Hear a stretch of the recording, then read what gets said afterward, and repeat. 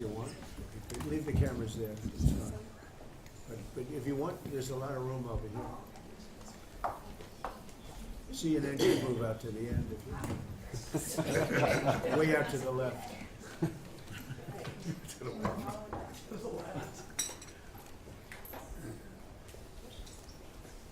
Are you able to get them all in the room? Are they in? Yes, sir, they're in. Are you okay? Thank you very much. We've had a tremendous 6 months, and we've had a tremendous 2 weeks, which now is, I guess, 3 weeks. And we have a tremendous group of people here that have done a great, unified, beautiful job. I want in particular, because of what she's gone through this last few days, done an incredible job. As you know, Christy, I'm going to ask you to say a few words about Texas. The first person there was the first person I saw on television was you, actually. And you've worked great with the governor, who's terrific. And you might want to tell a little bit about the trials and tribulations, but we appreciate the job that you and everybody have done. You had people there as fast as anybody's ever seen, so really appreciate it. We all do, and maybe you could say a few words. Sure. Well, thank you, Mr. President. I want to thank you for your leadership. Texas is strong, and the people of Texas are incredibly strong. They've gone through something that is absolutely horrific, and it is heartbreaking to watch these families suffer the way that they are. As soon as this flash flooding event happened, you know, the governor has activated his emergency responders. Nim Kidd is his emergency management director, who is incredible, and has immediately worked with the local first responders to get help to individuals and get them evacuated, put requests into me. We deployed, sir, right away, as you know, because you and I were talking a lot during this time, the Coast Guard. We also had some assets out of Customs and Border Protection. Our board TAC teams went in and helped with rescues and clearing debris so that we could get roads open and people get the help that they need. I think when I got there the most, sir, that day, as soon as I arrived on site, was getting a briefing from all the emergency responders, was just how unified they were in focusing on the fact that we're there to save lives. They were there to rescue people, find people who were still alive, and to reunify them with their family members. We as a federal government don't manage these disasters. The state does. We come in and support them, and that's exactly what we did here in this situation. FEMA went to an enhanced level immediately, but as soon as you signed the major disaster declaration, we were able to get them resources and dollars right away, just like you envisioned, through state block grants to help them with cleanup. And we're still there in presence, and FEMA's been deployed, and we're cutting through the paperwork of the old FEMA, streamlining it much like your vision of how FEMA should operate, and it's been a much better response to help these families get through this terrible situation. We still are looking for people. We're still looking for a lot of little girls and other family members that were camping along that river, and they will continue until they find every single person, and we will continue to help them and assist in that. I was surprised when I got there at the camp that day, right after this happened, the parents that were there, the parents that were looking for their children and picking up their daughter's stuffed animals out of the mud and finding their daughter's shoe that might be laying in the cabin, and just hugging and comforting people matters a lot. I'm extremely grateful for God's hand in that whole situation, because hundreds and hundreds and hundreds of people were saved. And this is a time for all of us in this country to remember that we were created to serve each other. God created us to take care of each other. And that when we do that, we are happier, we are more fulfilled, and we can walk alongside people on their worst day and help them get through it and come out the other side, knowing that we can continue to live a life that God has purposed for us. So they're grateful for you. Several times the day after the flooding, you and Melania were on the phone with me, and I want to thank you for that. That meant the world. I was able to tell many of those folks that I had been visiting with you and that you had said, whatever they need, Christy, let's deploy it and get it down there and be helpful. And on Sunday, when the families were waiting at a church to identify their children's bodies, Franklin Graham and I called in and prayed with the families and read some scripture with them, and he was incredible in making himself available to that as well. We'll be back down there in a couple of days and continue to do all we can, but this is an unprecedented event. It really is. There's been tragedies like this around the country, but everyone is unique in different situations, and the response the federal government had supporting the state through this, I'm proud of the people that stepped up and immediately came. The Coast Guard, when they came in, they had a difficult time even getting the aircraft in and landed. They had to try several times in the weather to get it in and deploy, and I think we've heard about, our one Coast Guard member that was responsible for saving over 165 people, but that entire crew did incredible work. And all the first responders there did incredible work. And I know people are getting tired now, but they're getting reinforcements and volunteers are showing up. And I just want to commend the governor and his team for being the leaders. And they're so thankful that you're letting them make the decisions and manage the response like it should be. And then us supporting them with the resources of the federal government. We've already deployed dollars to the state, much like the block grants that you've talked about. Right. So very grateful for that, sir. There's never been a wave like this outside of the breaking of a dam. This was almost a wave that ended up being 30 feet high, more actually. Now with the dam you can understand it, but this approached almost with that speed. When you see a dam break, it's not a pretty sight. It wipes out everything, and this is the kind of thing that built up so fast. And it's happened 2 or 3 times before over the years, but not to this extent. But tell them when you met the father who was picking up the daughter's clothing. And I had walked through so the sad. cabin where all the little girls died, and I had kind of fallen apart in there, but I walked out of the cabin, and a gentleman was standing there, and he said, that man over there needs a hug. And so I walked over to him, and I hugged him, and I said, do you work here? And he said, no, my little girl was in that cabin. And he said, and I just found her best friend about an hour and a half ago. She had passed away. And he just fell apart. And so then we just hugged and talked for probably an hour about that. But then there was the grandpa was there looking for his granddaughter as well. There was a dad there of one of the counselors. The counselor was alive, but she was dealing with the fact that she had hung on to some of these girls and was trying to keep them out of the floodwaters, and had gotten hit by something and had lost 2 of the girls and wasn't able to hang on to them, and was going to live the rest of her life thinking about that moment when she wasn't able to hang on to these girls. But these parents were picking up their kids' belongings out of the mud and throughout the camp and putting them in bags. And then one of the dads said, I knew 50 of these girls here. So I knew that was her dress and my daughter's friend's dress. So he was picking it up and putting it in a bag to return to her parents. And so it was and then the director was there comforting everybody who had lost his father the night before too, and he was still there trying to facilitate all of these parents grieving their children and find them.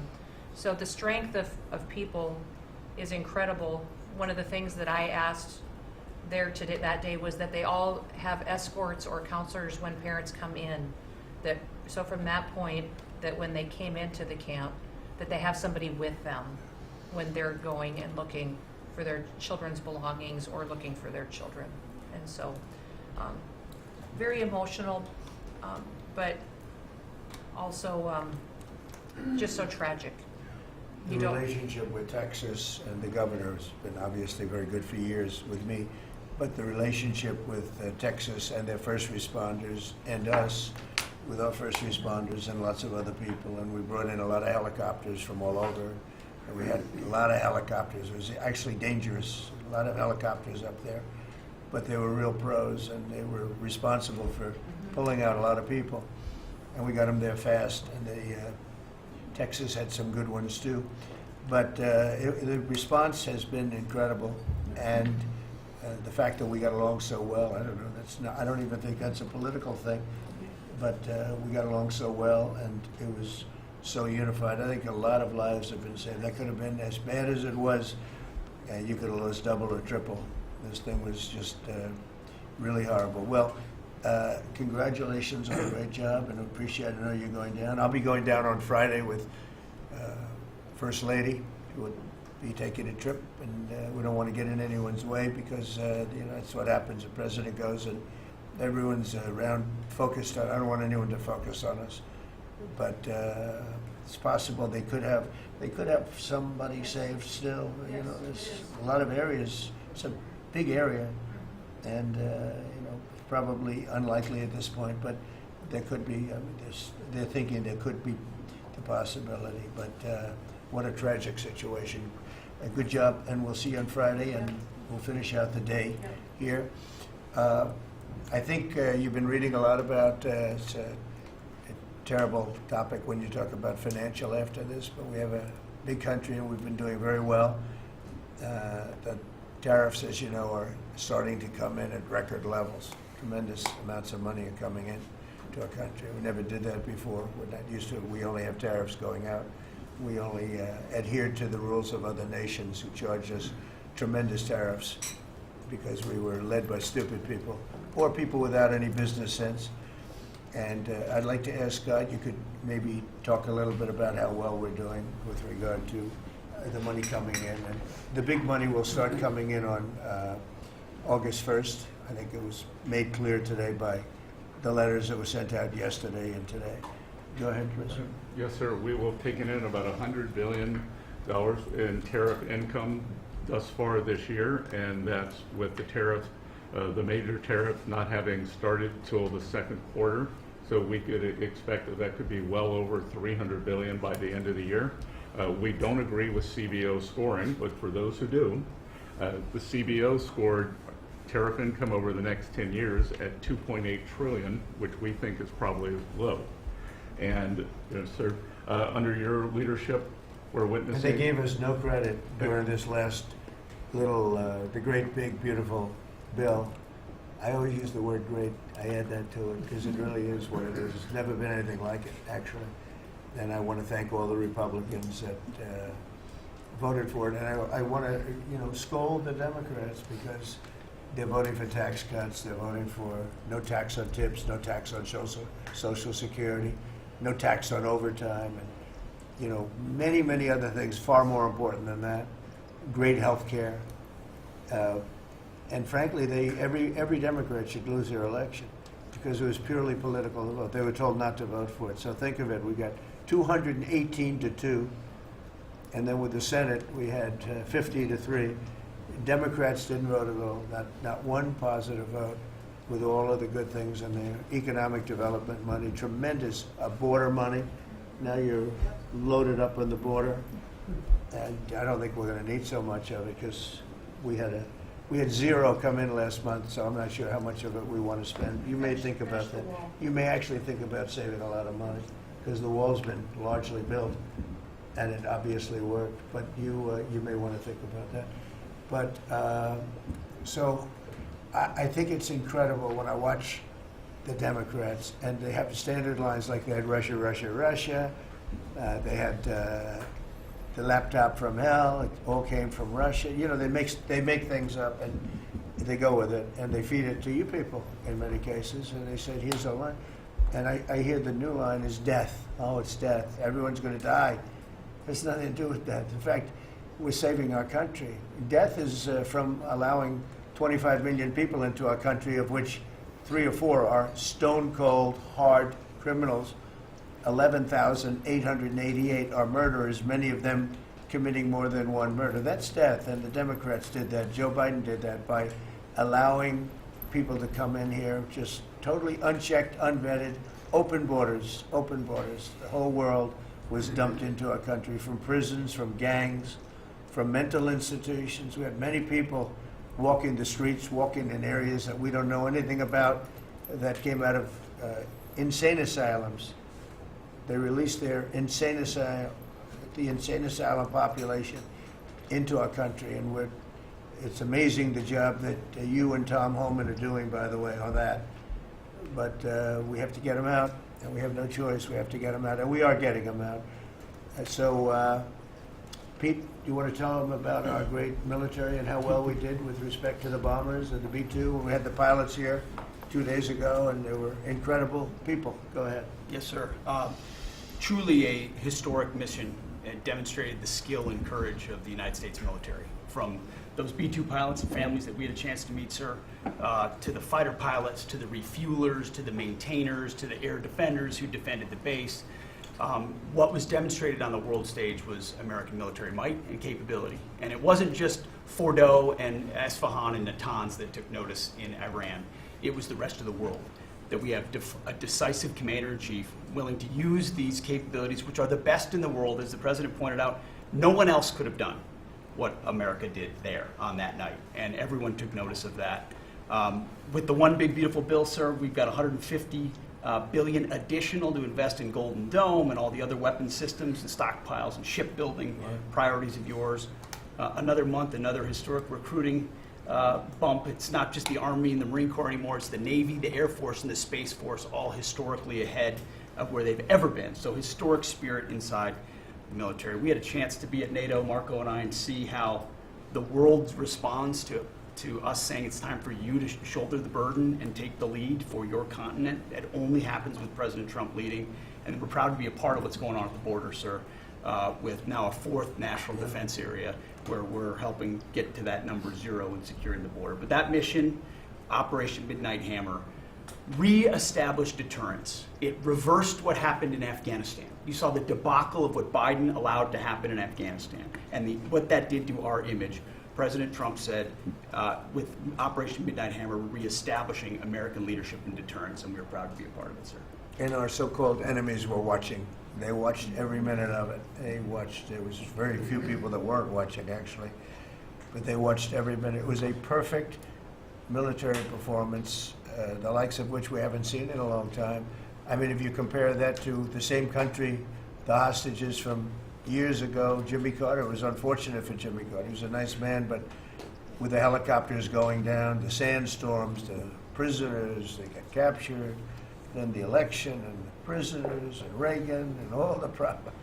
It was nothing but problems. And that was a failure. And ours was not only the pilots. I mean, those machines flew for 37 straight hours. They didn't stop.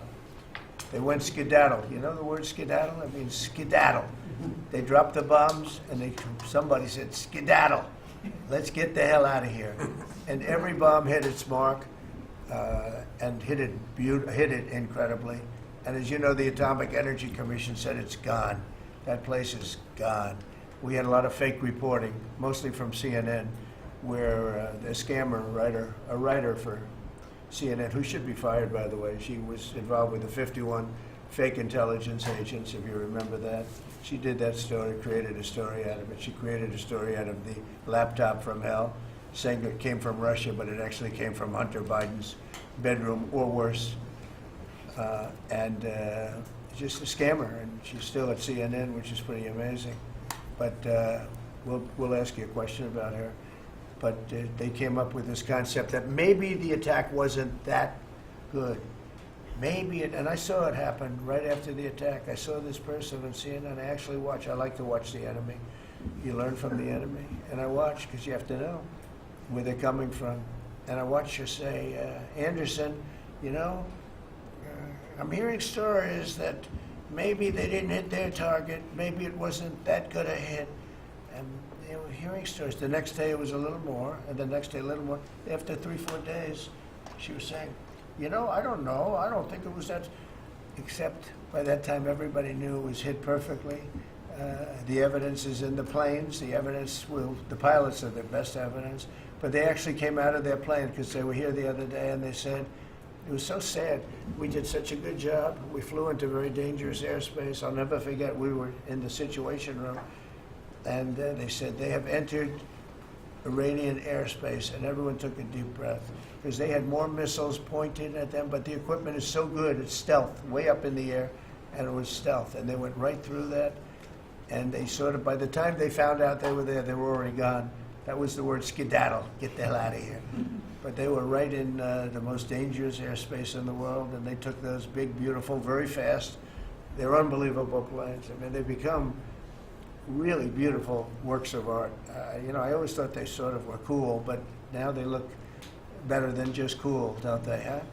But they dropped the loads, and literally they would hit, if you look at this table, from here to there, they had a half a refrigerator door is the way to best explain it. Take a refrigerator door, average size, cut it in half. That was their target. They hit every single one. Then we had 30 missiles, Tomahawk, shot from submarines 300 miles away. Every one of them hit their target. It was a perfect mission. Then they came back, almost 37 hours. Every plane worked perfectly. The mechanics were here too. I said, you got to get the mechanics here. We didn't have any problems. If you remember, they had a lot of problems with the helicopters, but they did fly through a dust storm, which they shouldn't have done. Sometimes you say, let's go back and try it on a nicer day. Dust and sand don't work well with helicopters if you know much about helicopters, but that was a horrible embarrassment to us. Then we had Afghanistan, which I think was the most embarrassing moment in the history of our country, and we would have gotten out. I was the one that got them down. I would have kept Bagram, the big air base, which right now is controlled by China, one among the most powerful runways in the world, thick with concrete and steel. Anything could land, and right now, they were 1 hour away from where China makes its nuclear weapons. I was keeping it. Outside of that, we were leaving, and I would have been out faster than them, but we would have gotten out with strength and dignity. Instead, that was the most botched up mess I've ever seen. They left all that equipment behind, and every year they have a parade running down some third-rate street with the equipment. You know, it's supposed to be Fifth Avenue. It doesn't work.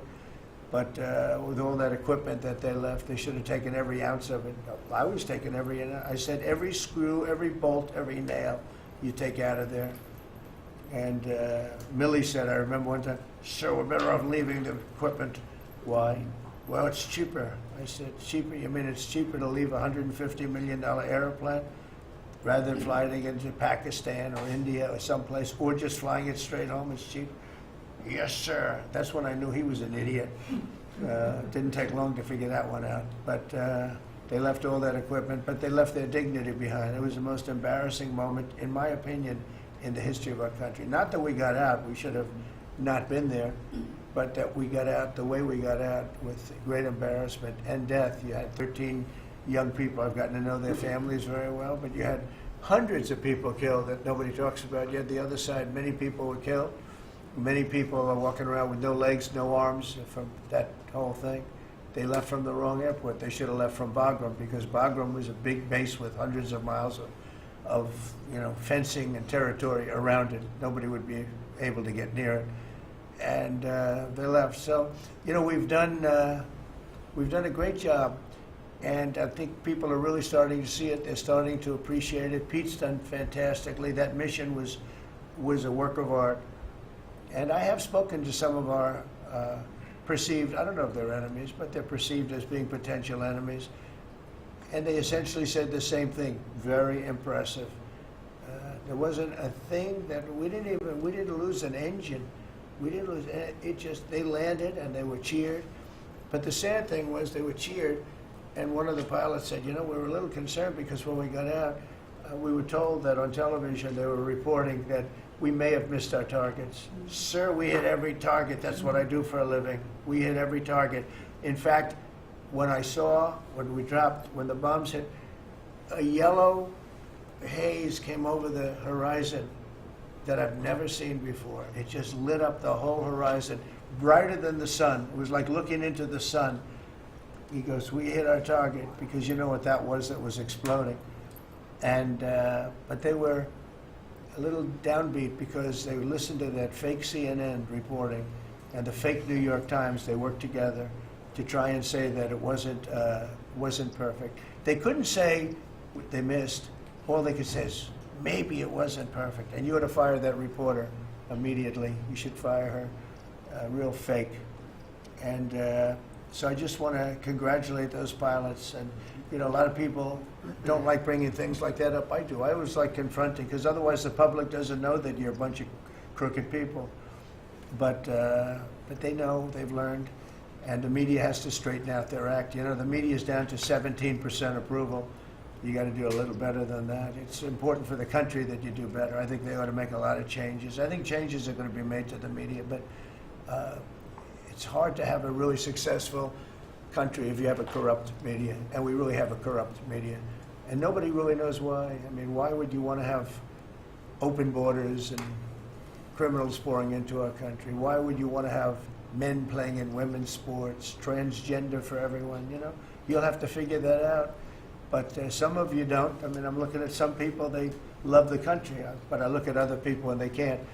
But we were really proud of our military. It was, and the people that maybe don't like us or want to play games with us, because I think that had you not had the situation in Afghanistan, I don't think Putin would have gone in. I think when Putin looked at how stupid and incompetent that operation was, he said, wow, this might be a chance. And we're dealing with him now too. We're not happy with Putin. I'm not happy with Putin. I can tell you that much right now, because he's killing a lot of people. And a lot of them are his soldiers and their soldiers, mostly. And it's now up to 7,000 a week. And I'm not happy with Putin. Okay, any questions? Yes. Yes, sir. You just said that you're not happy with Vladimir Putin. Is there anything that you plan to do to act on that feeling of Well, I unhappiness? wouldn't be telling you. Don't we want to have a little surprise? You know, one of the things we did with the attack is that, and you asked that question, I didn't mean to be rude, but I'm going to rude because I'm looking at some of these crooked people up here, so I'm rude, but your question was asked very nicely. But one of the things we did is we went over every fact. We wanted to get every fact straight. We wanted to have the distance straight, the number of pilots straight. Everything had to be correct, because we want to be, this was a very important mission. If we failed on this mission, it was beyond the war that, you know, obviously we had with Iran and Israel, a lot of hatred, a lot of years and years of hatred, centuries of hatred. People have never seen anything like it. So we wanted to be correct with all our facts. So, you know, what I was doing is just asking, it would be great if the media would be correct with their facts. That's all we ask for. So, go ahead. So finish it up. Oh, yes. Just sort of turning back to Russia, if there's anything that you would signal about your displeasure with them. Well, look, I'm very unhappy with them. There's no reason for this. It's turned out to be tougher, but it's only tougher. And I will say the Ukrainians were brave, but we gave them the best equipment ever made. We gave them the anti-tank busters that knocked out tanks. I mean, you just aim them in the direction of the tank and the tank is gone. We gave them missiles, the latest and the greatest. They were able to shoot down a lot of things that would have normally wiped out. You know, probably would have been a very quick war. It would have been a war that lasted 3-4 days, but they had the benefit of unbelievable equipment. And Europe gave them to. We gave them far more because Biden shouldn't have done that. He should have equalized. We should have given them the same, or we should have given actually less than Europe. It affects Europe much more than us, but we're in there for over $300 billion. Europe's in there for over $100 billion, but still, Europe gave a lot. And I will say this, the Ukrainians, whether you think it's unfair that we gave all that money or not, they were very brave because somebody had to operate that stuff. And a lot of people I know wouldn't be operating it, they wouldn't have the courage to do it. So they fought very bravely, but we gave them the best equipment in the world. We make the best military equipment by far. There's nobody close. You look at other equipment from other countries, it's not even close. That's why everybody wants to buy our equipment, and that's why we're going to step up these contractors now that make it, and they're brilliant, but they make it too slowly. And we have to step them up, Pete, and let them make it at a much higher rate. Unfortunately, we have to do that. But if you look at our Patriots, if you look at our Tomahawks, if you look at our, well, what we do with tanks is, you wouldn't want to be driving a tank. You would feel nice and secure, but they are javelins, they're called. And I gave them the javelins. Remember they said Trump gave the javelins and Obama gave them sheets, right? They called Obama at that time. Barack Hussein Obama, if you haven't heard, did a terrible job. But that was a war that that was a war that should have never happened, and a lot of people are dying, and it should end. And I don't know, we get a lot of bullshit thrown at us by Putin. For you want to know the truth, he's very nice all the time, but it turns out to be meaningless. Do you want to sanction him? Lindsey Graham has a sanctions bill on Russia. Do you want him to move ahead I'm with looking that? at it. Yeah, no, I'm looking. The Senate is passing and passed very very tough sanctions. But yeah, I'm looking at And it. you'd sign that? It's an optional bill. It's totally at my option. They pass it totally at my option, and to terminate totally at my option. And I'm looking at it very strongly. Yesterday you said you want to see more weapons. Go ahead, please. The Council of Economic Advisors released a new report saying that imported goods have actually decreased in price from December I know, it's not through March. amazing. Well, my question is, With the tariffs. the Fed chairman keeps saying that tariffs are going to cause price increases. Are we Are the sure? prices just not Chairman passed of the through Fed?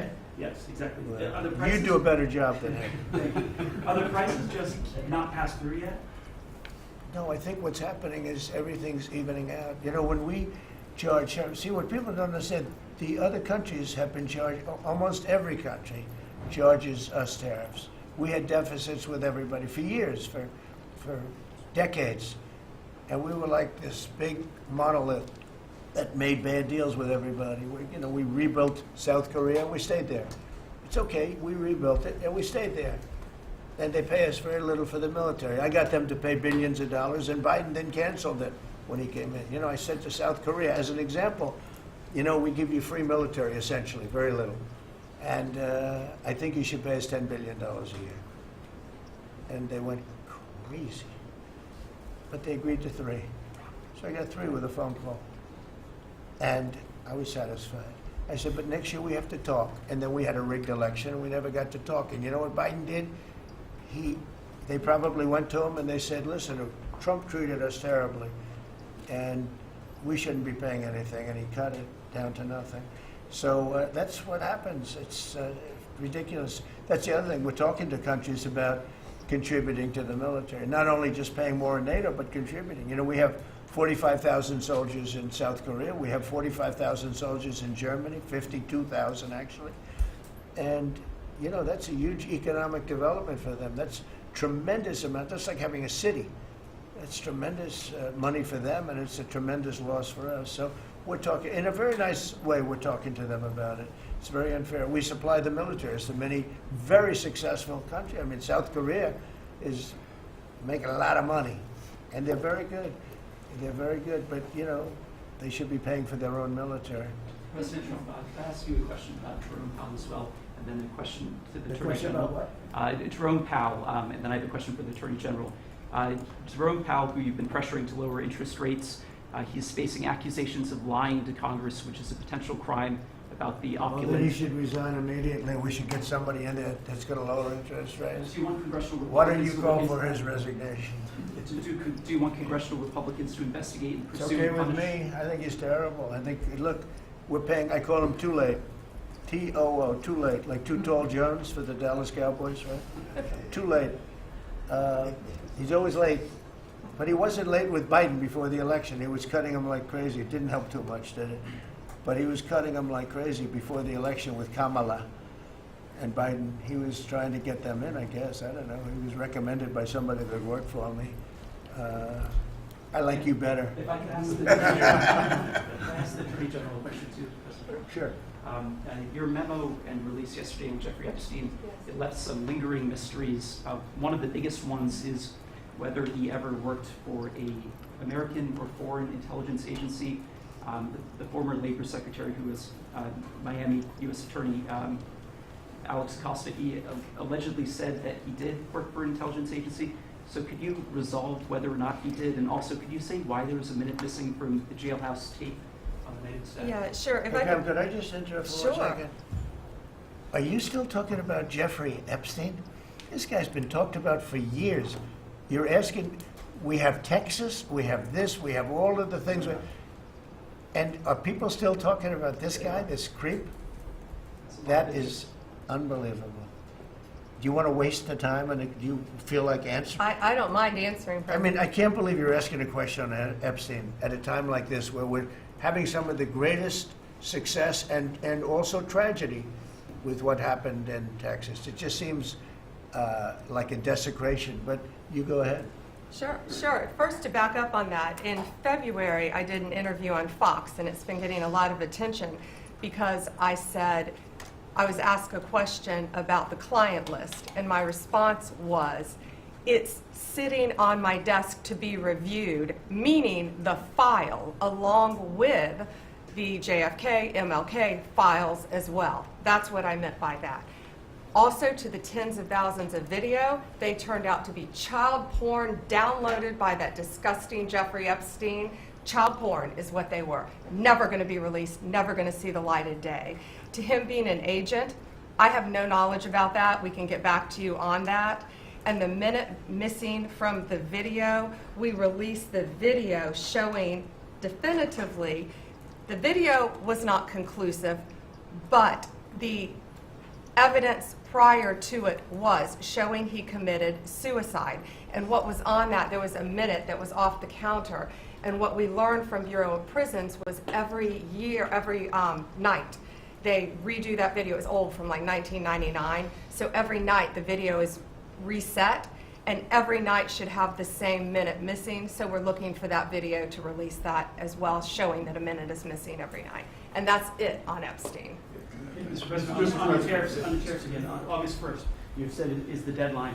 What incentives do countries have to negotiate? It seems that deadline keeps moving. It was April 2nd, now it's... We didn't move, no. It's always been August 1st, that's when we're paying. A statement was put out today, and I put it out just to make it clear. It wasn't a change, it was August 1st. We don't change very much. Every time we put out a statement, they say, he made a change. I didn't make a change. Clarification, maybe. No, August 1st they pay. And everybody pays, everybody has to pay, and the incentive is that they have the right to deal in the United States. If they don't want to, they don't have to pay, and they don't have to deal here.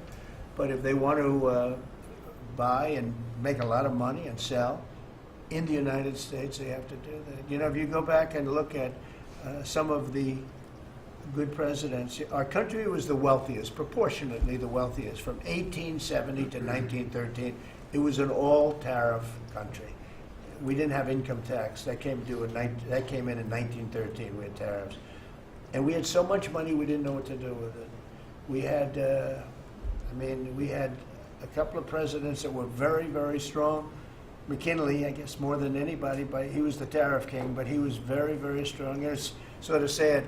He made a fortune for this country, became very rich, and then Teddy Roosevelt went out and vice president, and he spent the money. And they said Roosevelt was a great president.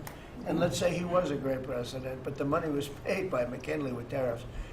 Tariffs are charged by other countries at levels that are ridiculous.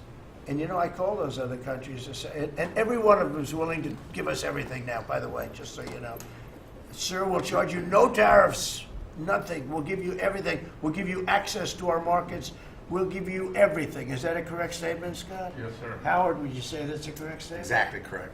It's like they just don't, because they're very spoiled, because for years they ripped us off and we didn't have a president that understood it, or Secretary of Treasury or Secretary of a lot of different secretaries are involved, but certainly Commerce Secretary was, not doing their job. I don't know about Kelly, she's small business. We'll keep it that way, okay? Her small business is bigger than almost all big businesses when you add it all up. But no, they are very respectful of our country. But the incentive is that they have the right to do business with us. Without that, they don't have the right to do business. And that would be okay, too. And with the flurry of deals, will we hear in the next 24 hours, will we hear a flurry of deals? Yeah, we have a lot of them going out. But the deals are mostly my deal to them. We're picking a number that's low. We don't want to hurt them. And fair. We're picking a number that's lower than, in most cases, lower than what they charged us. But it's amazing when you've paid all this money for years and they get one president that's a little bit different and a little tougher on this subject, and they're willing to drop everything they've been charging us for years and years. We have countries going, we will have you don't have to pay any tariff to come in and do business. They're giving us total access to their countries. They gave us no access to the country.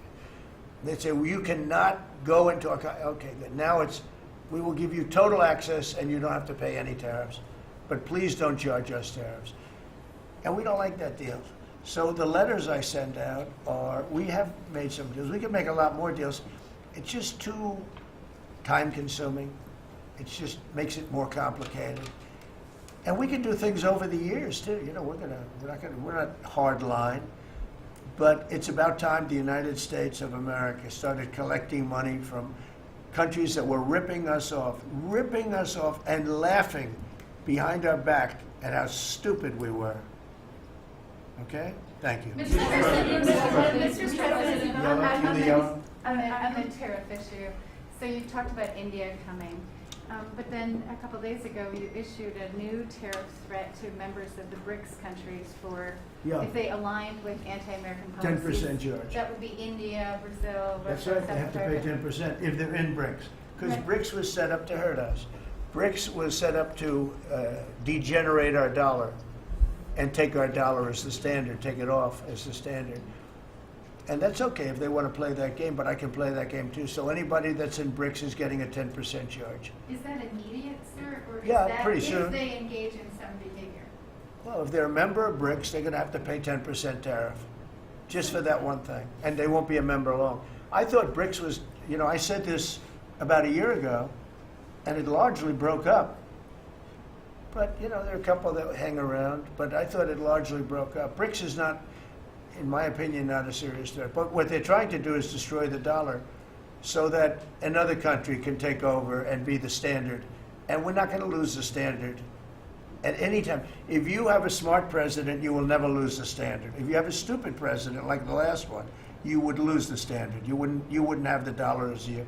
And if we lost the world standard dollar, that would be like losing a war, a major world war. We would not be the same country any longer. We're not going to let that happen.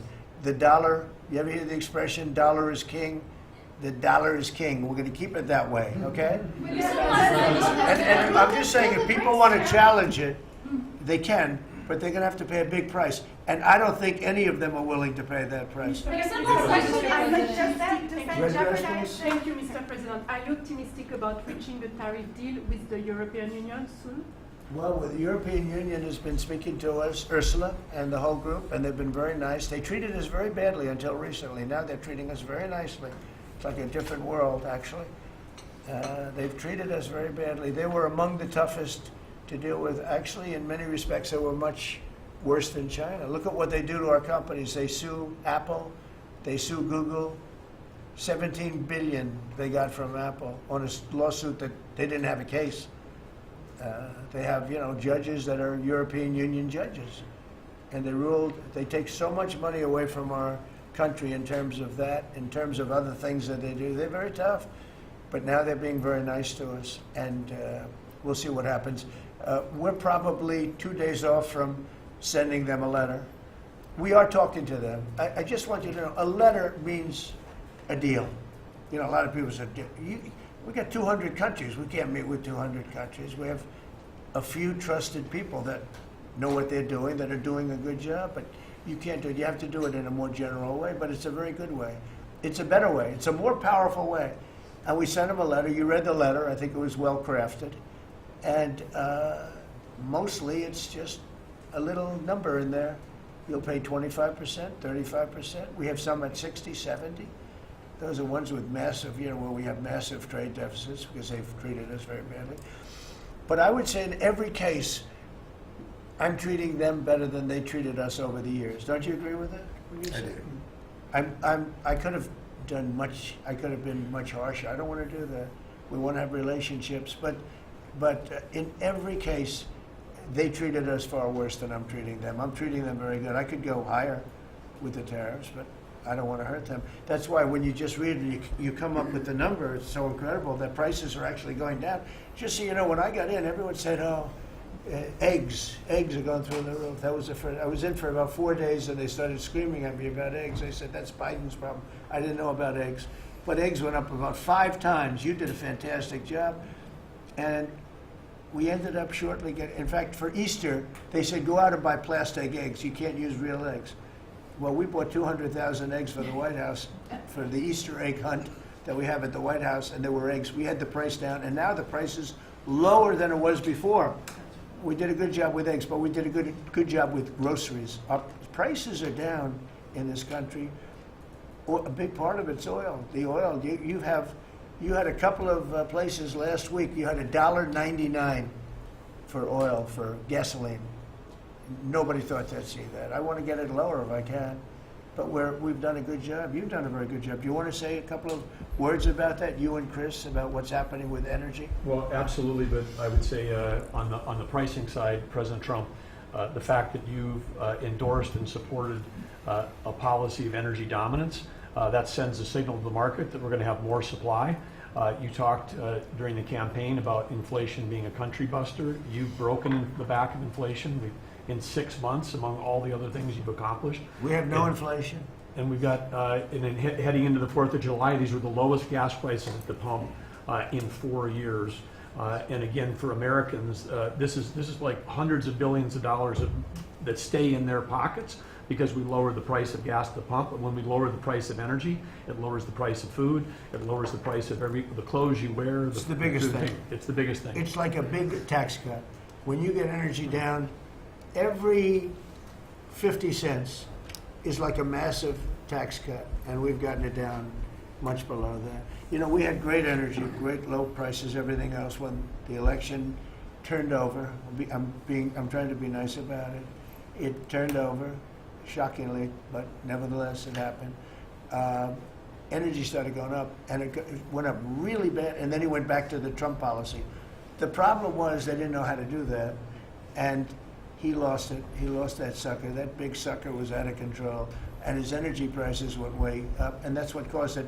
But it was also stupid spending. They spent money like, they used to use the term drunken sailors, but I won't use that term. Although it is very descriptive, I won't use that term. I refuse to use it. But they spent money at levels that nobody had ever seen before, and trillions and trillions of dollars wasted on the Green New Scam. Greatest scam in the history of our country, other than maybe Russia, that might have been. But the Green New Scam was the single greatest scam in the history of our country, and continues to be, but it's weakened badly. It's hobbling along because people are they're finally getting it. But they spent trillions of dollars on the Green New Scam, getting nothing for it. Devised by a couple of young people that weren't even good college students, you know? Not even good students. Check out their marks. Can you clear something up, Mr. President, on what you said last night? Not for CNN. You said you The were last- send Not for more- CNN. Go ahead. The You last said you jobs send report, more in the last money to jobs report, Ukraine. Mr. President, in the last jobs report, the manufacturing jobs actually lost 7,000 jobs. When will the investments that you've been talking about have an effect Well, on they're manufacturing? building the plants now. About 7 have started. We're going to have hundreds started within a short period of time. Lee Zeldin, who may be the most important man in this room, I'm sorry, but he's the one that gets the permits, whereas he's the one that has to get the permits for the plants and the factories, and permits that used to take 5 years, he's getting in record-setting times. AI, we're leading China a lot in AI, and if we go with this, you know, I'm allowing the plants to build their own electric. I'm allowing them to become an electric utility, so they can produce their own electricity, because we need double to be successful with AI, which is the biggest thing now. We need double the electricity that we have, which is hard to believe. We need even more than that. And they're building plants with their own electricity substations. They don't have to use the grid. And anything they build extra, they're putting into the grid. So we're supplying the grid with brand new electric sources. And you know, it's funny, when they came to see me, they never even asked for that. I told them about it. The reason they didn't, they thought that was an impossibility. You're not allowed to build your own electric. These are massive investments that are being made in building electricity for their plants. And they're going to have, I think, Doug, a lot of electricity left over.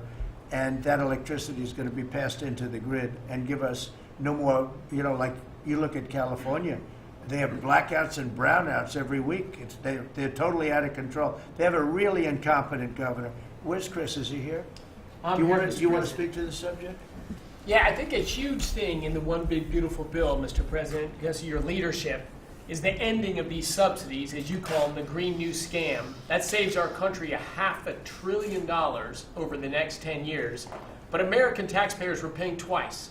They were paying that money, $500 billion in the subsidies, and they were paying more expensive electricity price. If you subsidize something, you should at least lower the cost of it. But in this case, we were subsidizing something and paying more for it. So the one big beautiful bill had two huge things: ending wasteful spending. Wind, solar, and batteries combined are 3% of U.S. total primary energy. 3% for $1 trillion, another $500 billion coming. That's just not a good investment, hurting our businesses, hurting our consumers. And the one big beautiful bill also unshackled oil, gas, and coal development in the United States, onshore and offshore. Secretary Burgum has been working tirelessly on how, by getting the government out of the way, private businesses will develop more resources in the United States, lowering costs for American consumers and making much better leverage for the United States to help our allies abroad and reduce the power of our adversaries abroad. So just a huge win on the energy front all around, and I thank you for your leadership.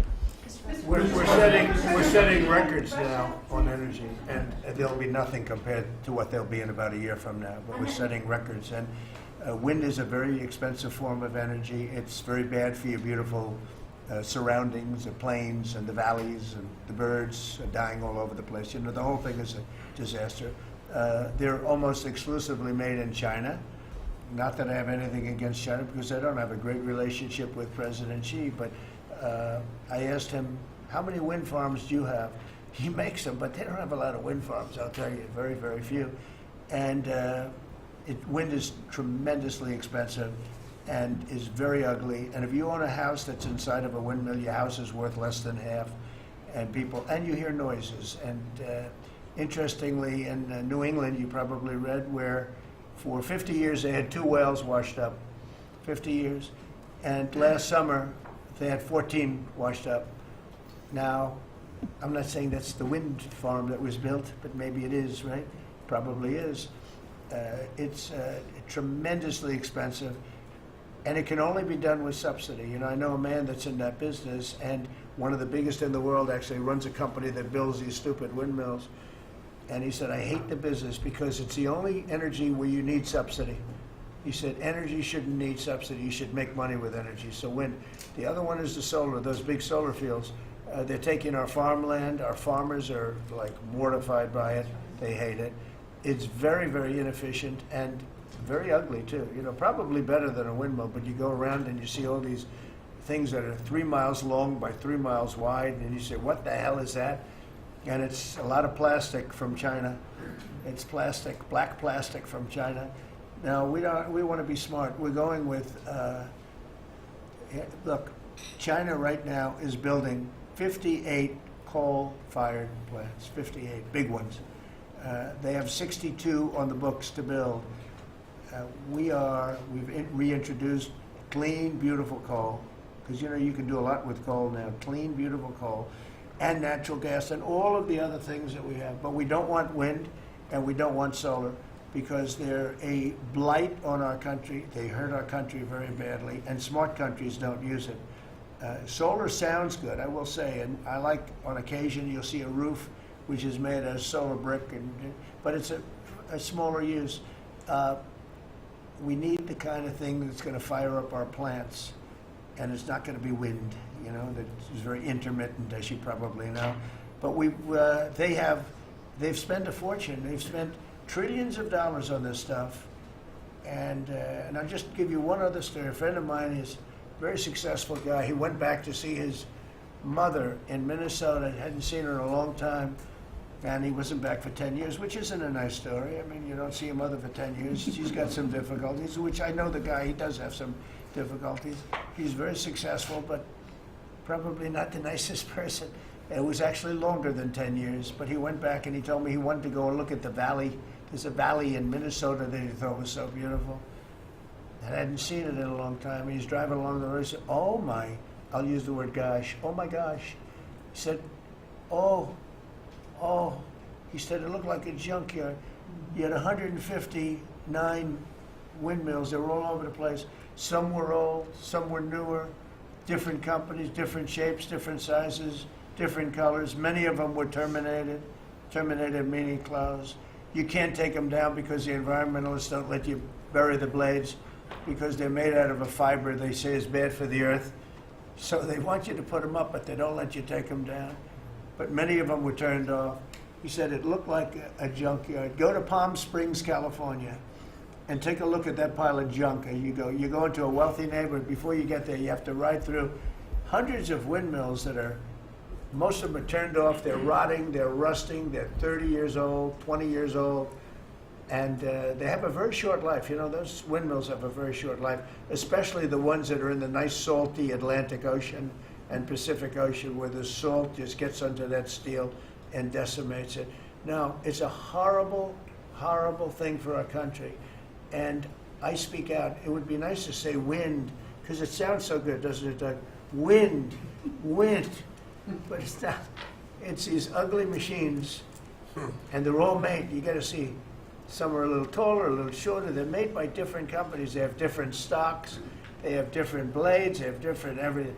It is so horrible. And if you look at smart countries, they don't use it. Smart countries don't use it. And we're now a smart country. We're a brilliant country.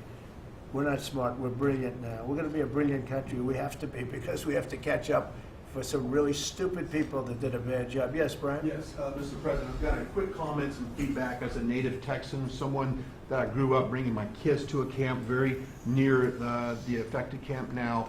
Thank you on behalf of Texas. I've gotten hundreds of messages that want to thank. If you're in the cabinet room, you can tell the president and his team, on behalf of Texans, thank you so much for the quick response and the loving, the hugs.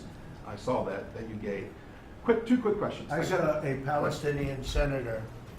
His name is Schumer. He's a great Palestinian. No, he's a Palestinian. He's become a Palestinian. He's abandoned the Jews. But I saw him say, it's Trump's fault. Yeah, that's right. It's Trump's fault. He was actually, do you ever see John Lovett's The Liar? Where he goes, yeah, I went to Harvard. That's right. This was Schumer.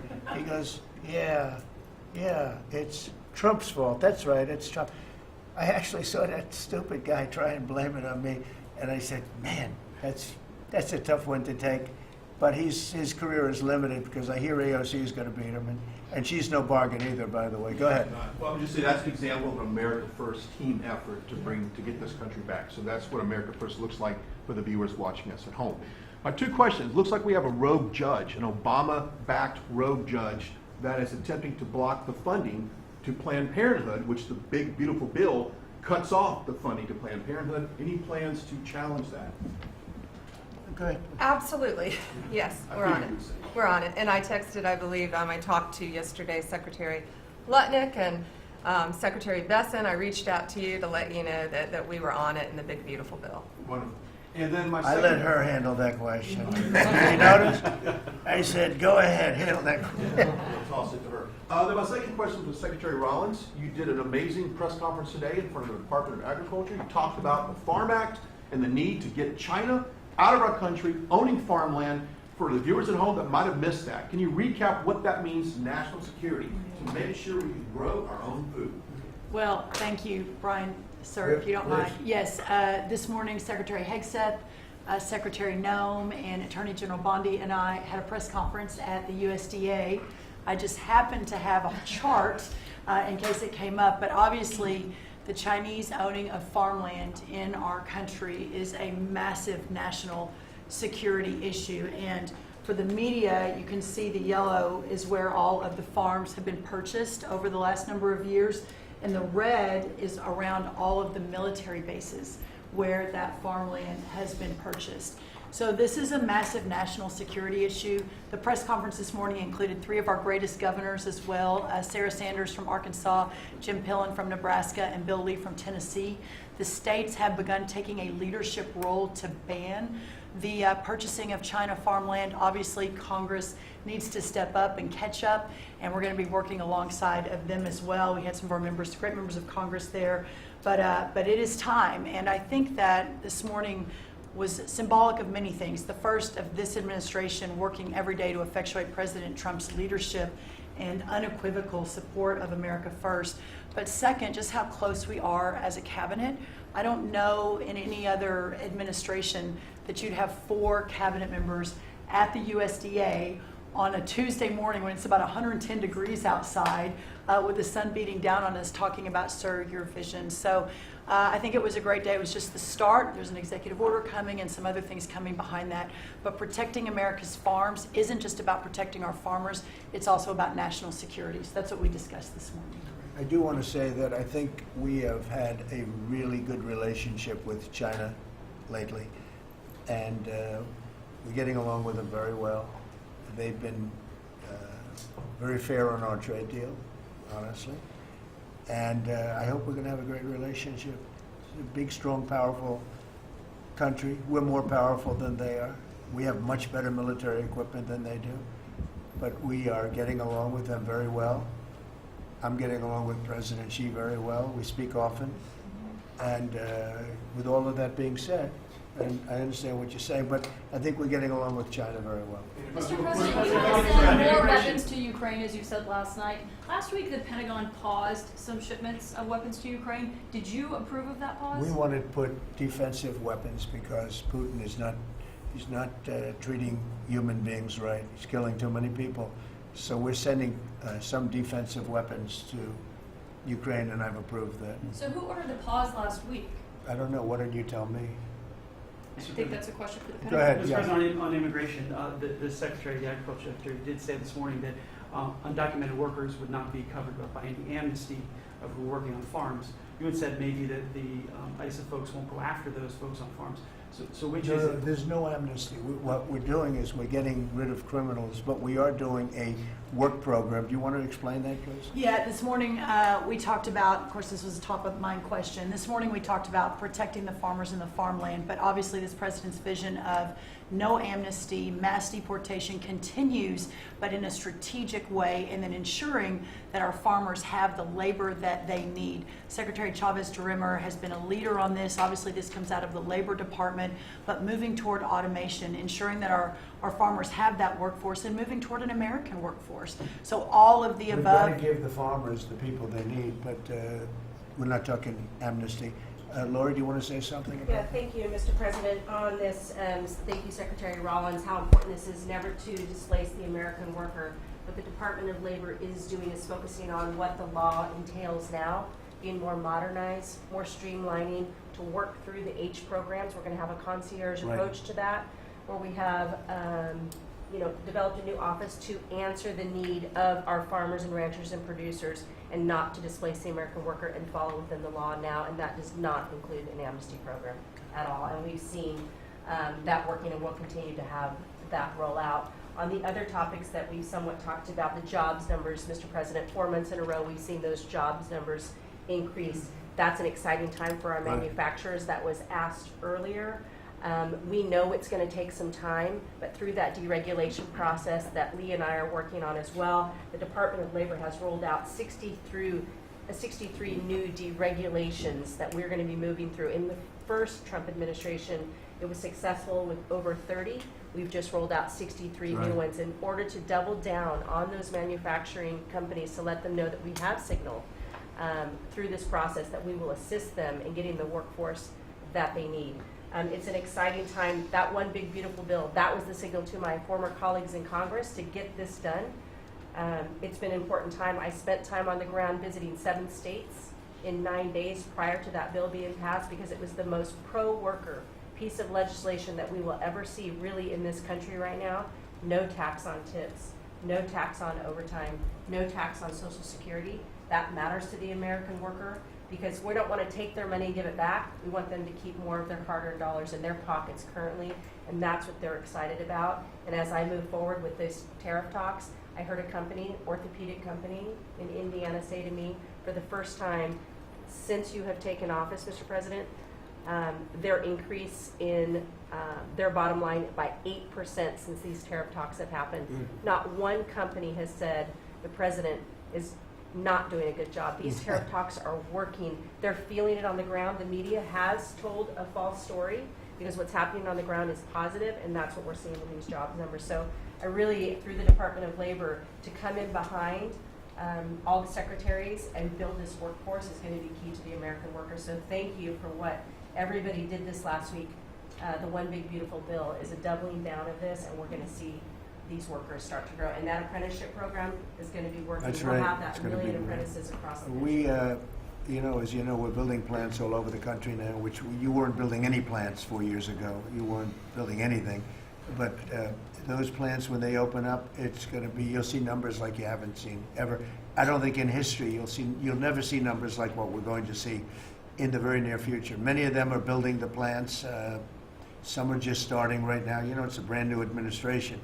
But, and they wouldn't be here except for two things: November 5th, the election, and the tariffs. And frankly, I guess the election was more important because of the tariffs. I mean, another person wouldn't have done this. But they're coming in because of the tariffs. They have to, they're not going to pay 25, 30, 40, 50%, 70, and 100%. And we'll be announcing something very soon on pharmaceuticals. We're going to give people about a year and a half to come in, and after that, they're going to be tariffed if they have to bring the pharmaceuticals into the country, the drugs and other things into the country. They're going to be tariffed at a very, very high rate, like 200%. We'll give them a certain period of time to get their act together. But they were all here now. They all left. They went to other places because we allowed, people that sat in this room allowed it to happen. And I don't allow it to happen. The people in this room don't allow it to happen. So we're going to be announcing pharmaceuticals, chips, and various couple of other things, you know, big ones. We did steel, as you know, they're 50%. We did aluminum, 50%. Lumber just came out. Mention that's copper. And we did cars. And now, today we're doing copper. Copper and lumber. What would that tariff be on? The section tariff? I believe the tariff on copper, we're going to make it 50%. 50%. Any breakthroughs on See, I'm glad he Gaza? didn't question it. Just Any sort of said, I just sort of thought, what would that be? A quick one. I didn't have much time, but he agreed with me. That's why he's Howard. Any breakthroughs on Gaza with the Prime Minister, and there's reports that you're meeting with Netanyahu again tonight. Is that Yeah, accurate? I am. He's going to come over again tonight. We're talking about Gaza, mostly Gaza right now. It's he's been very unfairly treated. I think what they've done to him in Israel is very unfair, having to do with this trial. You know, he's a wartime prime minister, had an unbelievable outcome, and I think he's been treated very unfairly. But he's coming over later. We're going to be talking about, I would say, almost exclusively Gaza. We got to get that solved. Gaza is a tragic. It's a tragedy. It's a tragedy. And he wants to get it solved, and I want to get it solved, and I think the other side wants to get it solved. Steve, could you talk on that, please? We're in proximity talks now, and we had 4 issues, and now we're down to 1 after 2 days of proximity talks. So we are hopeful that by the end of this week, we will have an agreement that will bring us into a 60-day ceasefire. 10 live hostages will be released. 9 deceased will be released. We're meeting at the President's direction with all the hostage families to let them know. And we think that this will lead to a lasting peace in Gaza. And you're doing a good job. It's a tough one. It's a tough one. A lot of hate, you know, it's called long-term hate. But we think we're going to have it solved pretty soon, hopefully with a real solution, a solution that's going to be holding up. And can I follow up? This is, I think, the first cabinet meeting since Elon Musk has not been a special government employee, not here anymore. He's now saying he's going to create a third political party. Are you worried about the impact that could have? No, I think it'll help us. It'll probably help. Third parties have always been good for me. I don't know about Republicans, but for me. Are you second guessing any of the cuts that Doge made? Since you No, described him as off the rails Look, the other day? we cut hundreds of billions of dollars with Doge. We could have done it differently. I would have done it differently a little bit, maybe, but it was something that we saved a lot of money. You can always second guess. I guess some of the people in this room maybe would have done it slightly differently, and some would have done it exactly the way it was done. But it was dramatic, and it was important, and we found a lot of things like billions of dollars given to people for environmental protection, where they had $100 in the account, like in Atlanta, Stacy, and then you had another one with 20 billion here, and 20 billion here, and 2 billion here, and 15 billion, and Lee, you might want to mention just a couple of those things. We really got because of DOGE. At the Trump EPA, the one big beautiful bill was filled with many big beautiful wins for the taxpayer. It delivered a sledgehammer to the Green New Scam. Billions of dollars rescinded. So it's a big deal for the American taxpayer who sees money go through pass-throughs that are filled with self-dealing and conflicts of interest. They see unqualified recipients. They see reduced agency oversight, and they want accountability with their tax dollars, and they got it. So in the example of the Stacey Abrams connected NGO, they received $100 in 2023. They got $2 billion in 2024. They had to complete training on how to develop a budget that was put into their grant agreement. They, out of nowhere, started paying a CEO $800,000, a COO $450,000, 22 people making over 150 grand. Out of nowhere, this is tax dollars. So money go through pass-throughs, through other pass-throughs, through other pass-throughs, and we lose oversight over it. And you see that it's going to former Biden officials, it's going to former Obama officials, it's going to Democratic donors. And we're not here saying we want to take money from a left-wing NGO and give it to a right-wing NGO. We want to give it back to the taxpayer. This is about us being good stewards of American tax dollars without any apology or regret. That's why President Trump was elected last November, because there are a whole lot of people who maybe they hadn't voted Republican in a long time. Maybe they didn't even vote for President Trump the first time around in 2016, but they're regretting that vote from 2016 and they were making it right in 2024. So the One Big Beautiful Bill gave us the tools to rescind billions of dollars more. We're seeing hundreds of thousands of dollars that'll get wasted per electric vehicle as an example of this money that was going through it. They gave $50 million to a group called Climate Justice Alliance. They say that climate justice runs through a free Palestine. The Biden EPA gave $50 million to a group that says that climate justice runs through a free Palestine. We say that you're going to spend $1 in the name of remediating an environmental issue, then spend $1 on remediating an environmental issue. We say that we can protect the environment and grow the economy. We want to help grow more baseload power in this country. So why is it that it took this long for this team to get assembled, to be able to fix the mess that we inherited? But gosh, we love showing up at our jobs every single day, first thing in the morning, because all day long we get things done for the American taxpayer. And Congress did its part last week by passing One Big Beautiful Bill to deliver this accountability and to cut off the Green New Scam. So maybe it's a bad day for Stacey Abrams. Maybe it's a bad day for all those well-connected Democrats getting paid off. But you know what? God bless America. Because at the end of the day, President Trump is here, J.D. Vance is here, and the greatest cabinet ever assembled to deliver that much-needed and highly demanded accountability. Mr. President, That was a very good answer.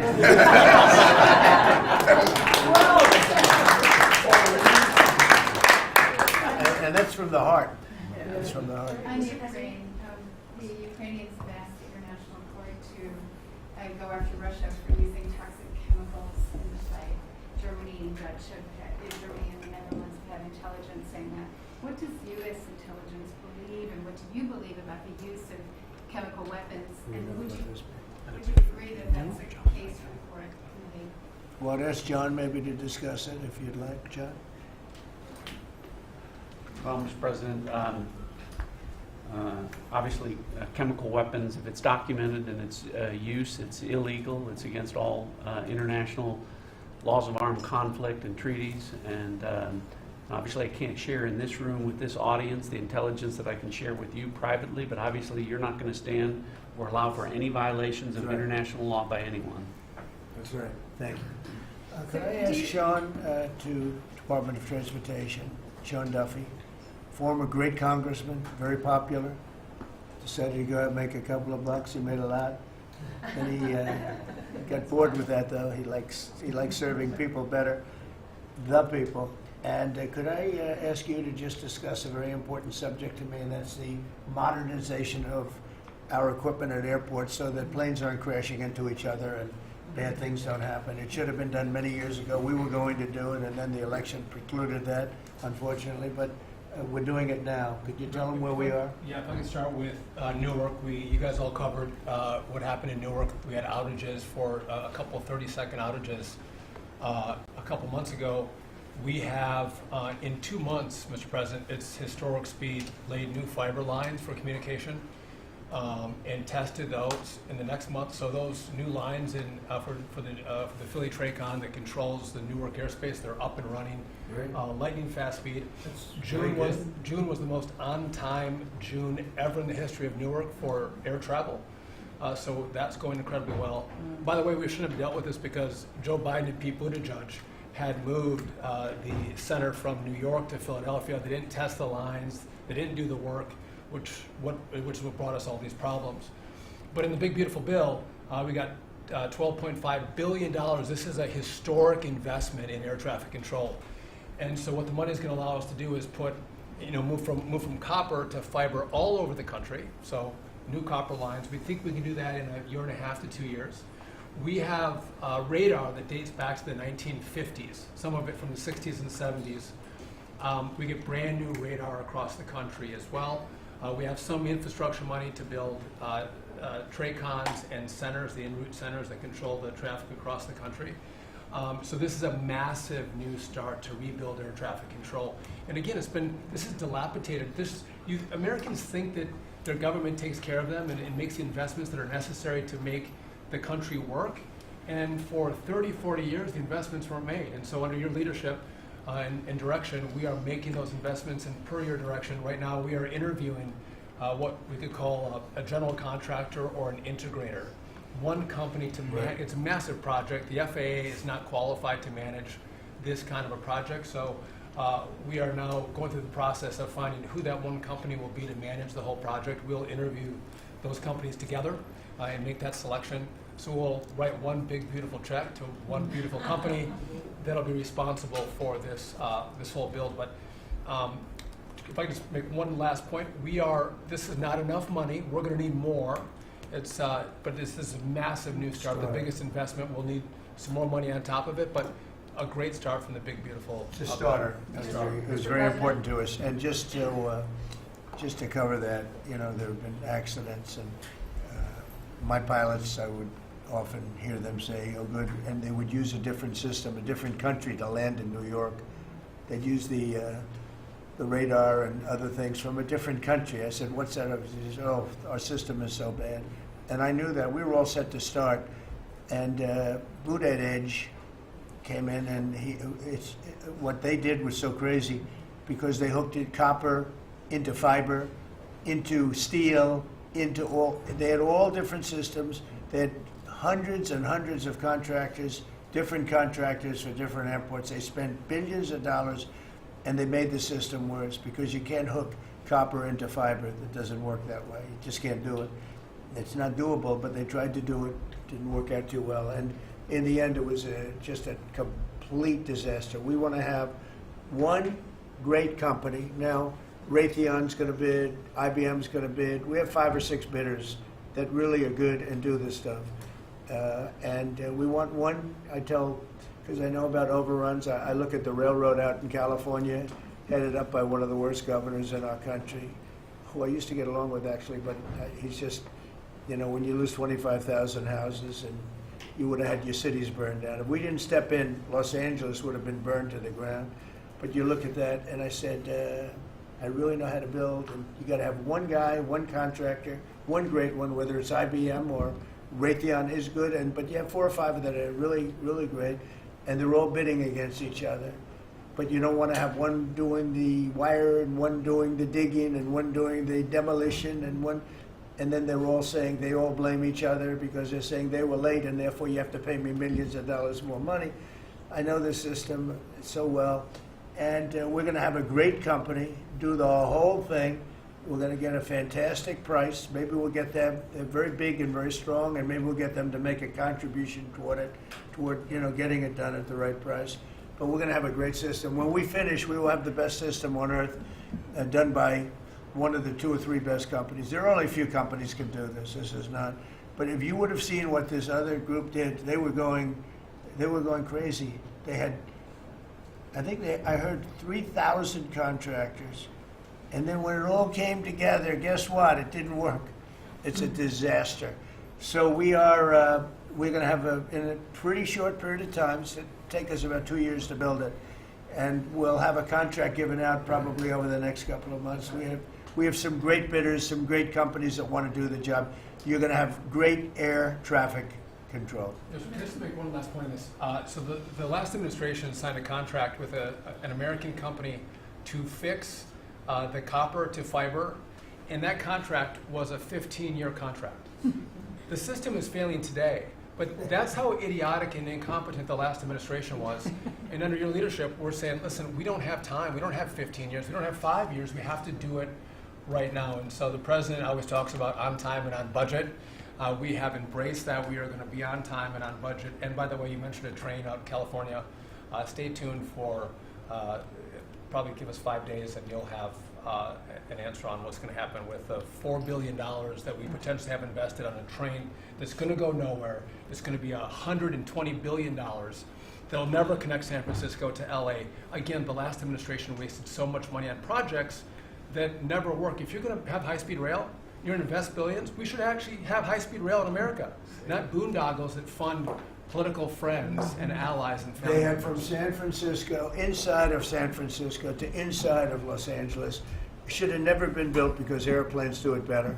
And you could drive it. You could drive it. No problem with driving it. The roads aren't even crowded. So they were going to do this. Somebody's idea. Somebody got paid off a lot of money and they started it. It was going to cost a very small amount of money. And it ended up costing literally hundreds of times what the original. And now what they did is they said, well, going into the city is too big a deal. So we'll leave it 25 miles short of the city. So now they're leaving it. They're not going to finish it, really. It's not the same project. So now they're leaving it outside of San Francisco and outside, short of each. They just want to get it done, and I've never seen cost overruns. You know, if you have a cost overrun of 10%, you should be ashamed of yourself. 20%, you should not do any more jobs. This is a cost overrun of 2,000%, something like that. It's unlimited, and it's not finished. And maybe it will never get finished. And I told Sean, look at it from every standard, but we don't want to, you know, we have federal money going into that, and it's like throwing it out the window. So whatever you can do to stop it. $15 billion and not one track has been laid. $15 billion and we're 16 years into the project, not one track. Mr. President, on New York, you're the most prominent Republican in the country from the city. What do you want to... Anywhere else, too? Well,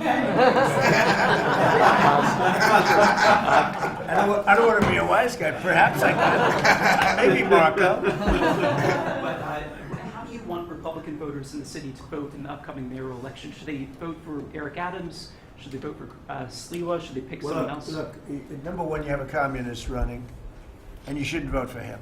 He's a disaster. He's leading. He's got the Democrat nomination because that shows you where the Democrats have gone.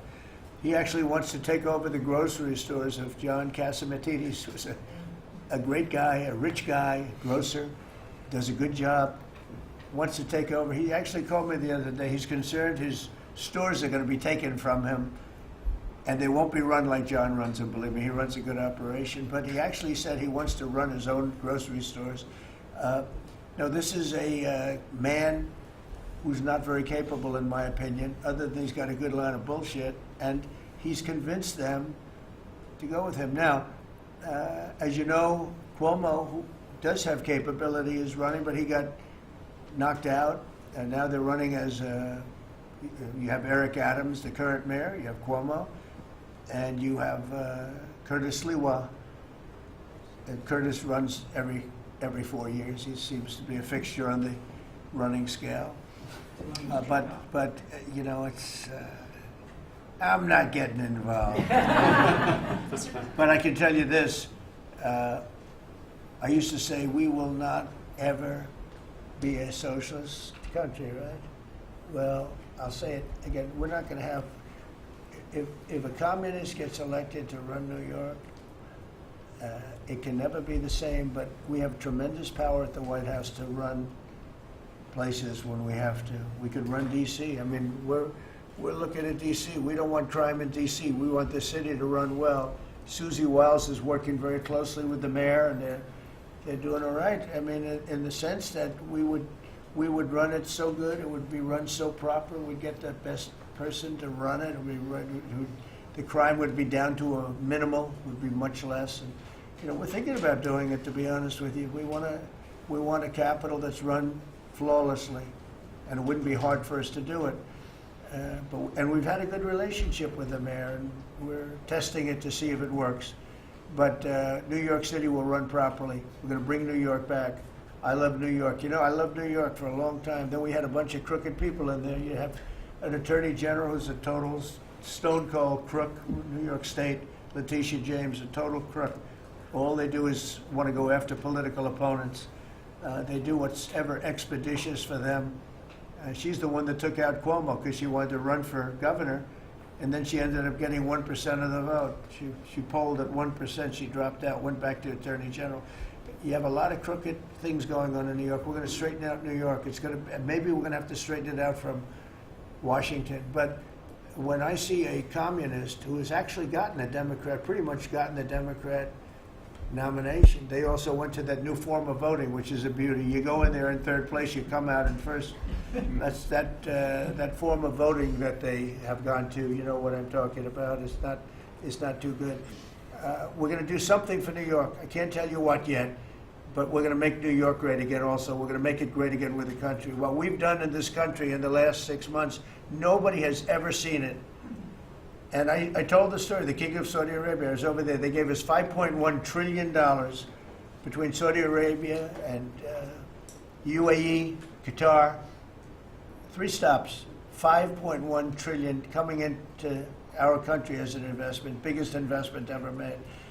And it's all going to good stuff. I mean, all real, big, good stuff. Energy projects, big, big things. But they all 3 told me essentially the same thing.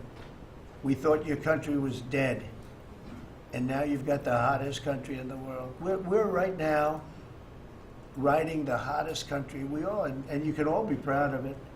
We're in the hottest country. This is the hottest country in the world. There's nobody close. Made hotter by some great pilots and great machines that nobody else has. Those great, big, beautiful machines, they rode those machines right into the toughest territory, and nobody knew what the hell happened. And then they hit their targets perfectly, and it was complete and total obliteration. And that's why that war ended, Steve. They told me that's why the war ended. The war ended when they saw that, it was over. And we're very proud of it. But we have the hottest country in the world right now, from a country that was close to dead. And if I didn't win, if you would have had the other person win, we all know who she is, whether it was she or Biden. They're the same. He may have been more competent than her, and that's hard to believe, right? But if you had that ideology in, I don't believe you would have had a country anymore. I think you would have had a country that was broken up.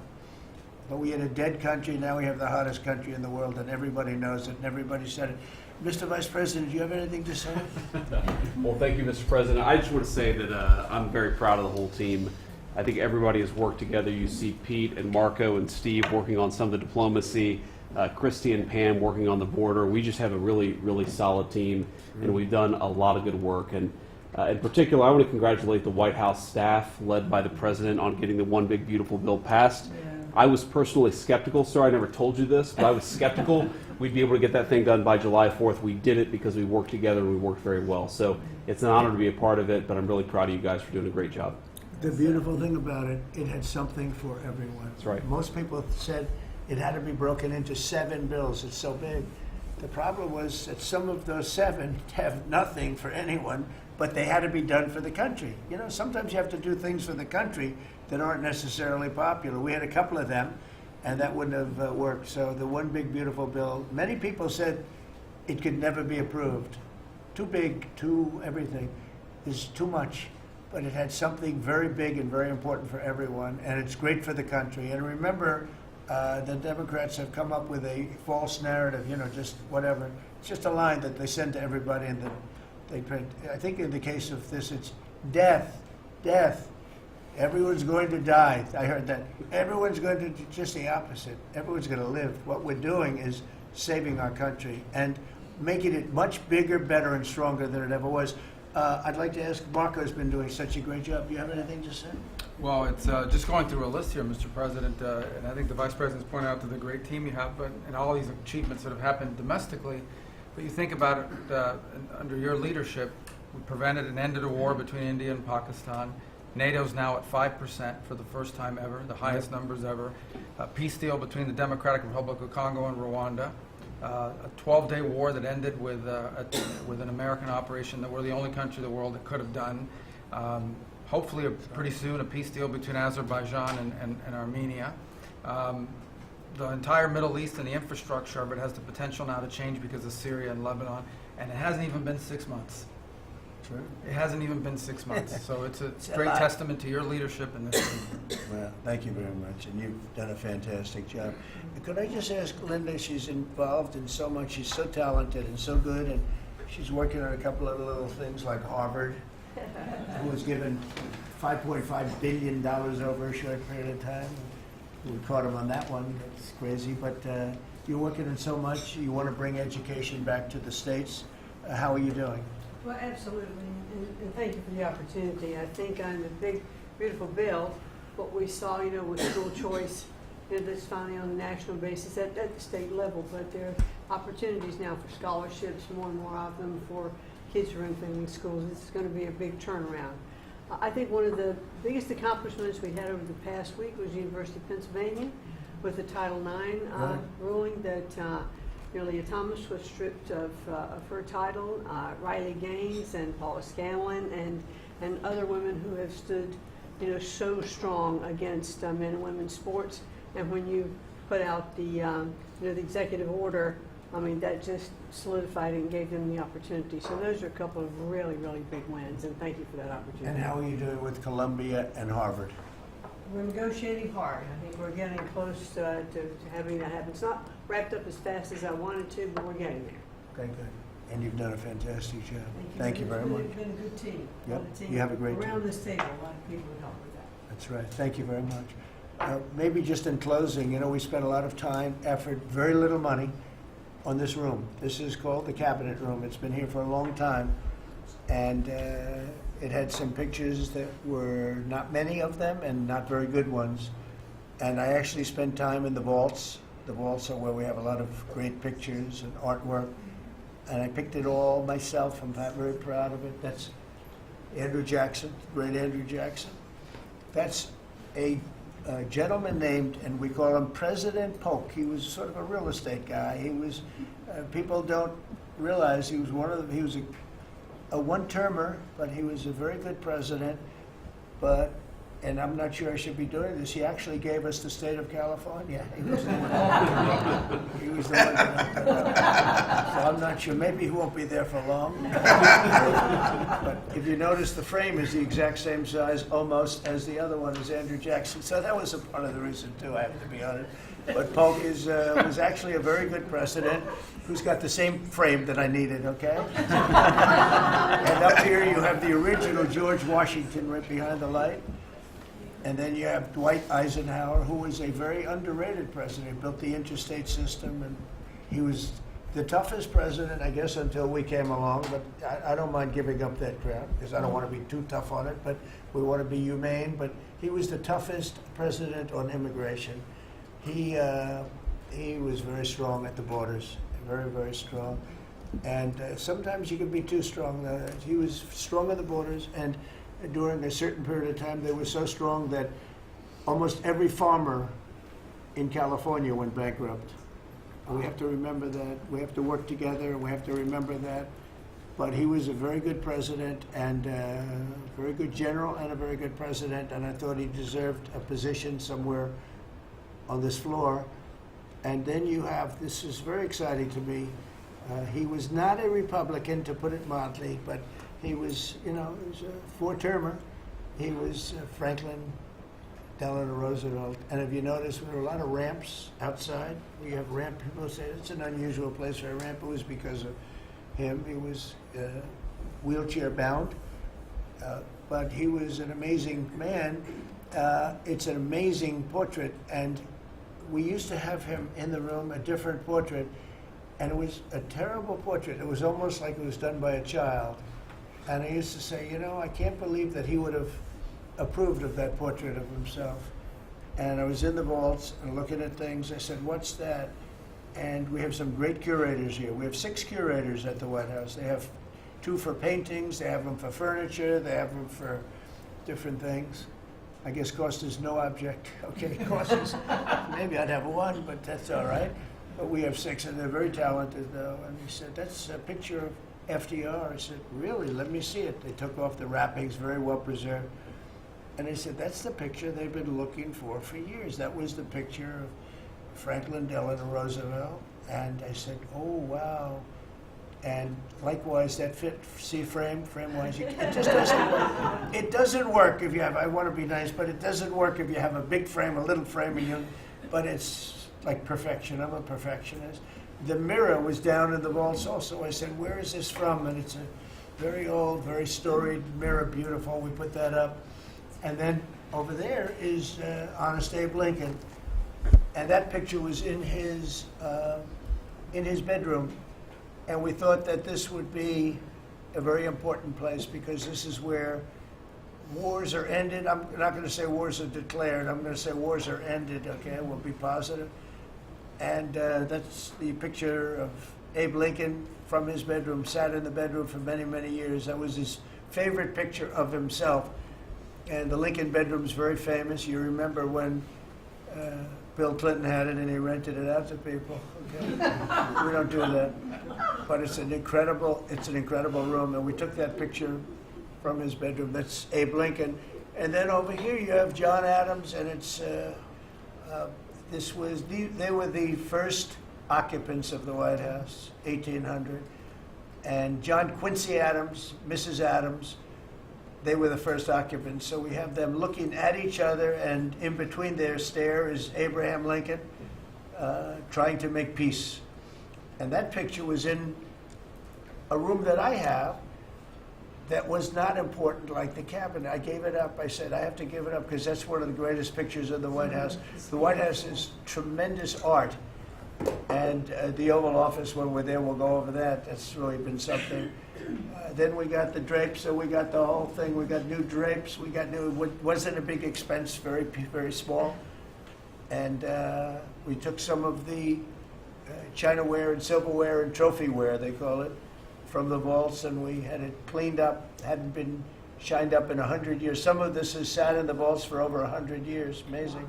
Over 100 years. Many of the pictures that were put up in the Oval Office as an example, those two as an example. So he was president. They moved in 1800, and he won the election, I believe, in November of 1800, John Quincy Adams. And we thought that would be, he was considered to be a good president, and he was the first occupant of the White House, so it sort of made sense. And I love the frame of those pictures. Look at those frames, you know? I'm a frame person. Sometimes I like frames more than I like the pictures. And we have the flags of the Marines, and Space Force now has its own flag. I'm very proud of Space Force, but the Army, Navy, Air Force, Marines, Space Force, the whole thing. And Coast Guard is right there. We never forget the Coast Guard. They do a great job. So we have the flags throughout the office. And it's really become quite a beautiful place. I don't want to tell this, Marco pointed it out. I was going to leave the clock. So as president, you have the power. If I go into the State Department or Department of Commerce or Treasury, if I see anything that I like, I'm allowed to take it. Do you believe this? So I'm in Marco's up. I see this gorgeous clock, grandfather clock, and there it is. I said, Marco. He didn't know about it. I had to read him the rule and regulation. I said, Marco, I love this clock. Look at it. It's beautiful. He said, what clock? I said, the clock that's in the other room is incredible, and nobody gets to see it there. Marco, I tried to talk him into it first, and it sort of worked, and then I had to use a little more. I said, I'd love to take that clock out and put it in the cabinet room. He said, no, are you serious? I said, Marco, I have the right to do it, Marco. And he said, all right, what the hell?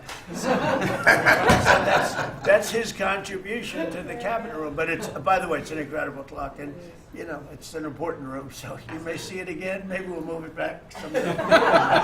Anyway, so that's pretty much it. But it really is great. Here we put out, you know, these lamps have been very important, actually. Whether people love them or not, but if you see pictures like Pearl Harbor and Tora Tora Tora, you see movies about the White House where wars are being discussed, oftentimes they'll show those lamps or something like those lamps, something that looks like them, probably not the reals, because I don't think they were allowed to. This is a very important room. This is a sacred room, and I don't think they made movies from here. You never know what they do. But they were missing medallions. See the medallions on top? They had a chain going into the ceiling. And I said, you can't do that. You have to have a medallion. They said, what's a medallion? I said, I'll show you. And we got some beautiful medallions. And you see them. They were put up there. It makes the lamps look better. So we did these changes. And, you know, when you think of it, the cost was almost nothing. We also painted the room a nice color, beige color. And it's been really something. The only question is, will I gold leaf the corners? You could maybe tell me my cabinet could take a vote. You see the top line moldings, and the only question is, do you gold leaf it? Because you can't paint it. If you paint it, it won't look good because they've never found a paint that looks like gold. You see that in the Oval Office. They've tried for years and years. Somebody could become very wealthy, but they've never found a paint that looks like gold. So painting it is easy, but it won't look right. And the question is whether or not we should gold leaf it. Linda, do you have an opinion? I gold leaf it. You like it the way? No, I gold leaf it. You'd gold leaf it? Yeah.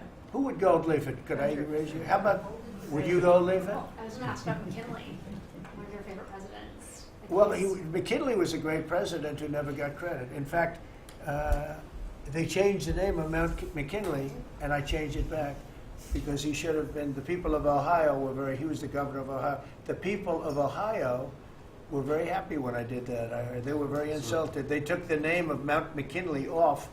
That was done by Obama a little while ago, and I had to change it back. I changed it back. He actually was a great president. He was a president. He was the tariff, the most, I guess, since me. I think I'm going to outdo him, but he was a tariff president. He believed that other countries should pay for the privilege of coming into our country and taking our jobs and taking our treasure. That's the way he explained it. They took our jobs and they took our treasure, and for that they should pay. And he made them pay, and he built a tremendous fortune. In fact, in 1887, they had the Great Tariff Committee was set up in 1887 because our country had so much money, we didn't know what to do with it. And they set up a committee of, as they called them, elites, a term that we have to change because I think a lot of the people that are elites aren't elite. I think the people that aren't elite are elite, so we're going to have to maybe switch that around somehow.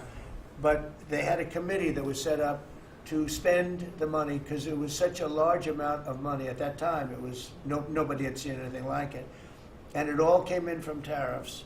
And people didn't pay tax. There was no income tax system. I told you that came back in 1913. That came back and lived well for a while. And then you had the Great Depression. And then later they tried to bring back tariffs, but the whole thing was, this was after the Depression. That was one of the great misconceptions. Is people like to say, "Oh, but it was during the." But no, the country had a Great Depression, and then after the Depression, long after it started, they brought back tariffs to see if they could save it, but it took them really 25 years. When you say about 25 years to get out of the Great Depression, a lot of people don't understand that. But I thought it would be interesting for you to get a little view of this room. This is a very important room, very powerful room, great room. And we've done similar, but even beyond this, in the Oval Office. We brought back pictures of some of the great presidents. Many of them were in the vaults for over 100 years. Originals all, beautiful, beautiful things. And rather than sitting in a vault downstairs for 128 years, I thought we should display that, and we did that, I think, in a really good way. We've gotten very high marks. but it's interesting. People walk into that room and they look around the room. They don't even want to talk to me. They could look at it for hours. It's funny when people come into the Oval Office. It's such an incredible. It's a sacred place.